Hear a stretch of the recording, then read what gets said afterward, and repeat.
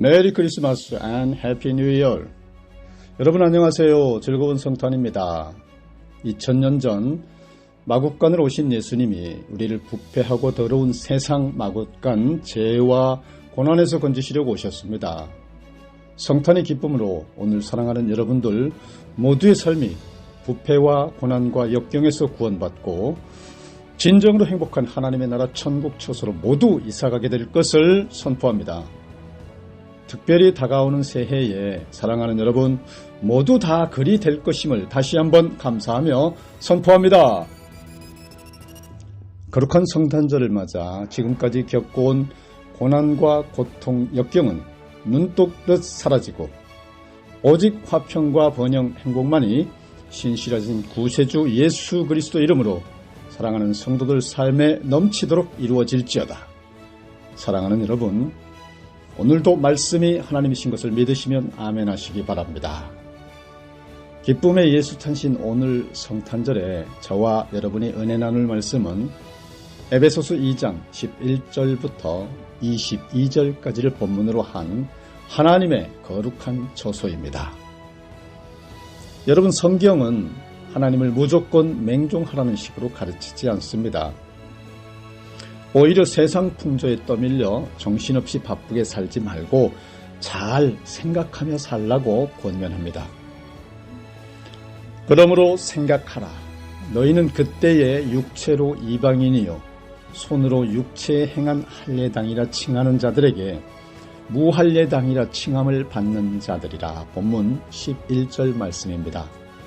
문맥상 죄로 죽은 진노의 자녀를 구속하신 하나님 은혜의 기초에서 생각하라 라는 뜻입니다. 왜 구속하신 은혜에 기초한 생각이 필요할까요? 성도의 삶은 하나님께서 우리를 위해 하신 일에 대한 감사의 반응이기 때문입니다. 아브라함도 하나님 언약을 불신했던 때가 있었습니다. 창세기 17장 10절에 하나님은 그에게 반드시 언약을 지킬 것을 약속하시면서 할례를 행하게 하셨습니다. 하나님께서 언약하신 모든 신령한 복을 계승할 자라는 사실을 할례로 표하고 인치셨던 것이지요. 또 창세기 3장 15절 기록에는 약속된 복은 아담 언약을 그대로 계승한 것인데 그 언약은 여인의 후손을 보내 죄의 문제를 해결하시겠다고 하는 약속을 담고 있었습니다. 그러니 할례 받지 않은 이방인은 메시아의 약속과 무관하다는 사실도 자연스럽게 선언한 셈인 것입니다. 특별히 사도는 할례 형식보다 할례에 담긴 의미에 주목했습니다. 본문 12절 기록입니다.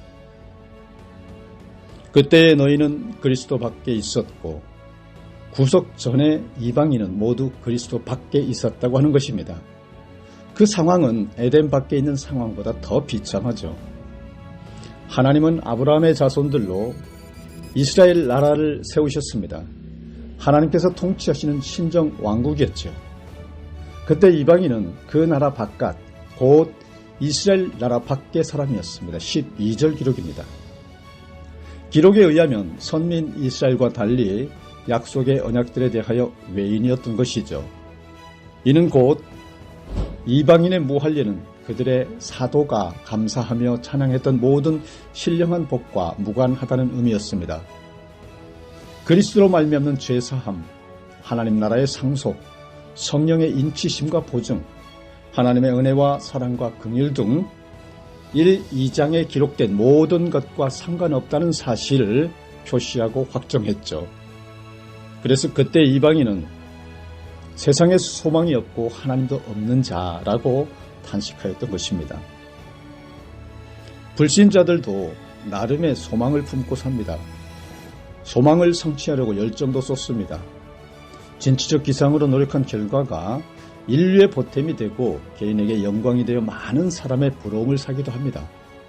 그런데 성경은 언약 백성이 아니면 무조건 소망 없는 상태다라고 단정합니다. 참 하나님을 모르는 곳에는 참 소망도 없다는 것이지요. 베드로전서 1장 3절 말씀에는 하나님의 통치를 받지 않는 삶에는 진정한 소망이 없고 거듭난 사람에게만 산 소망이 있다라고 가르치십니다. 불신 시절의 삶은 아무리 숭고하고 화려해 보일지라도 실상은 소망 없는 삶이다라는 것입니다. 죽음의 순간에 그 사실이 명확하게 드러나죠.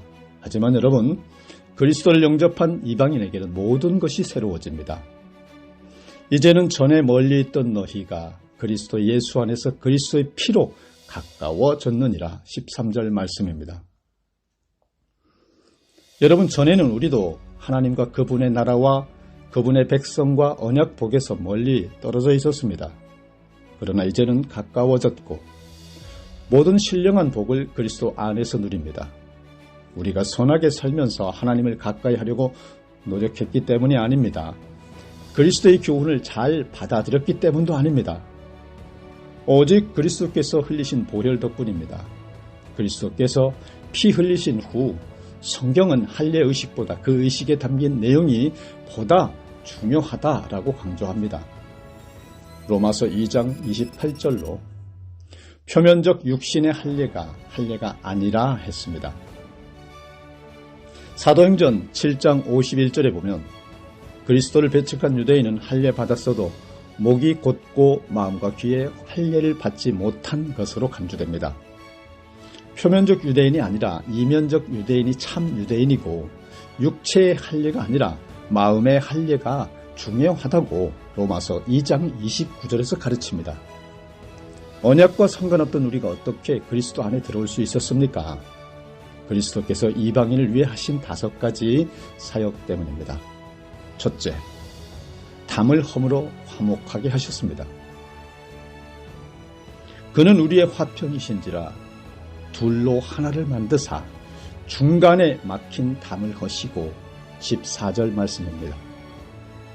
구약의 성전뜰은 여러 구역으로 구분되었습니다.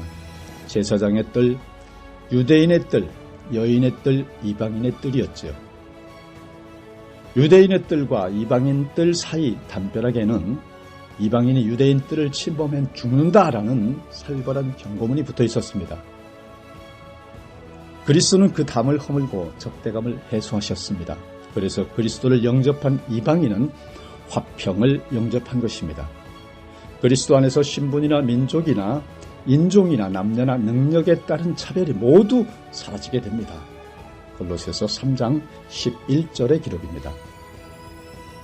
반면에 그리스도를 버리는 것은 모든 관계에서 화평을 버리고 적대하게 된다고 하는 사실을 적시하시기 바랍니다. 둘째, 새 사람을 만드셨습니다. 15절에 원수된 것, 곧 의문에 속한 계명의 율법을 자기 육체로 폐하셨으니 이는 이 둘로 자기의 안에서 한 새 사람을 지어 화평하게 하시고 라고 하셨습니다. 구약 성전의 속죄 규례나 정결 예식은 죄인이 용서를 받아 하나님을 가까이 하는 방편이었습니다. 그리스도께서 흘리신 대속의 피는 그 규례와 예식이 예표했던 바를 모두 성취했습니다. 속죄, 정결 예식, 건물 성전, 할례 관련 율법 모두를 성취하셨습니다. 유대인은 율법과 할례를 특권처럼 여겨 이방인을 멸시하고 배척했지만 예수님은 유대인과 이방인을 갈라놓던 담을 무너뜨리셨습니다.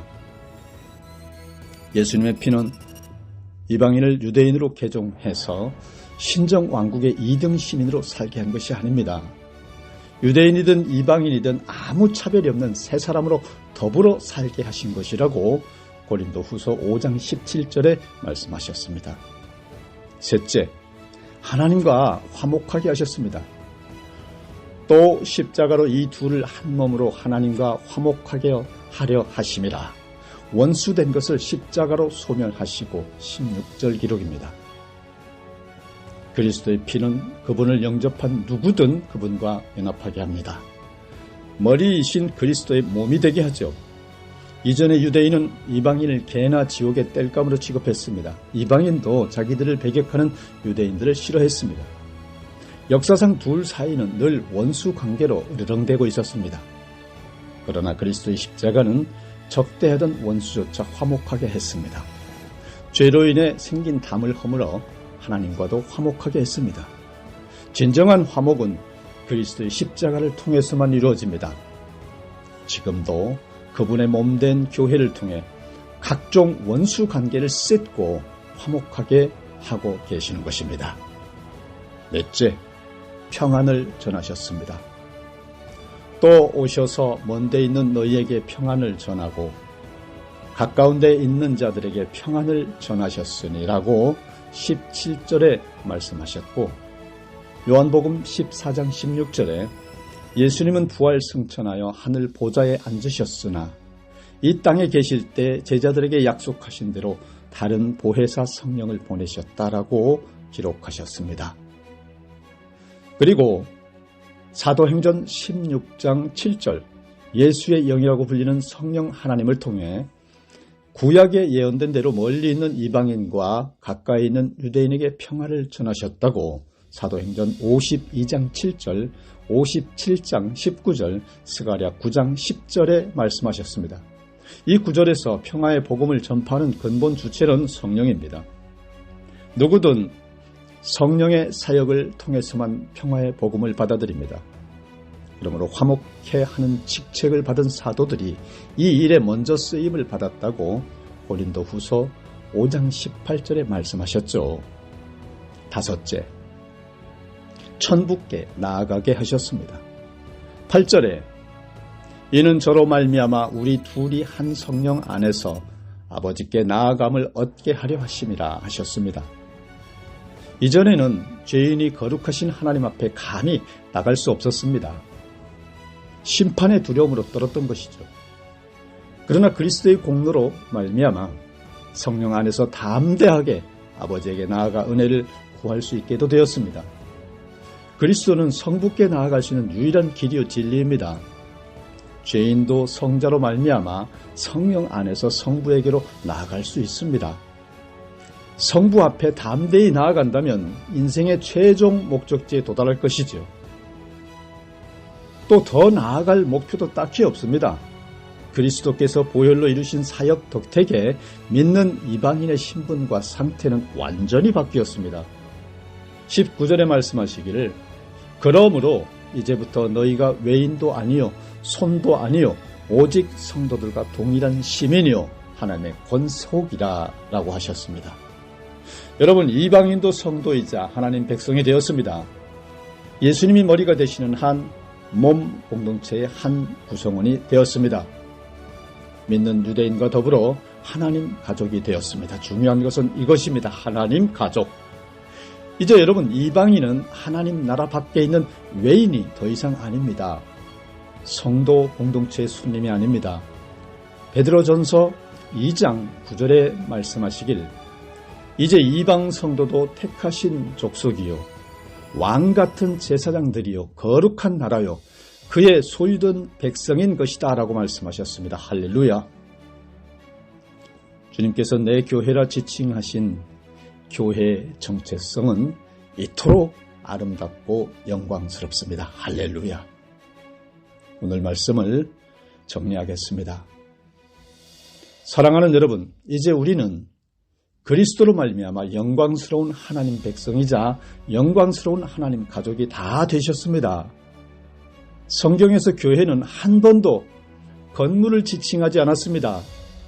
20절에 너희는 사도들과 선지자들의 터 위에 세우심을 입은 자라. 그리스도 예수께서 친히 모퉁이 돌이 되셨느니라 라고 말씀하셨습니다. 성도의 공동체가 교회입니다. 인터넷에서 유튜브 창에서 그 외 여러 채널 및 모임터에서 주님 이름으로 모이신 여러분들이 곧 교회입니다. 사도와 신약 선지자는 교회의 털을 놓던 시기에 비상적으로 필요했습니다. 예수 그리스도에 대한 그들의 고백과 교훈이 교회의 털을 놓았죠. 그리고 그 터는 예수 탄신 거룩한 성탄절을 기점으로 견고해진 것입니다. 터는 한 번 놓으면 끝입니다. 그래서 터가 놓인 후에는 비상직분도 사라졌습니다. 그리스도는 건물을 지탱하는 모퉁이 돌입니다.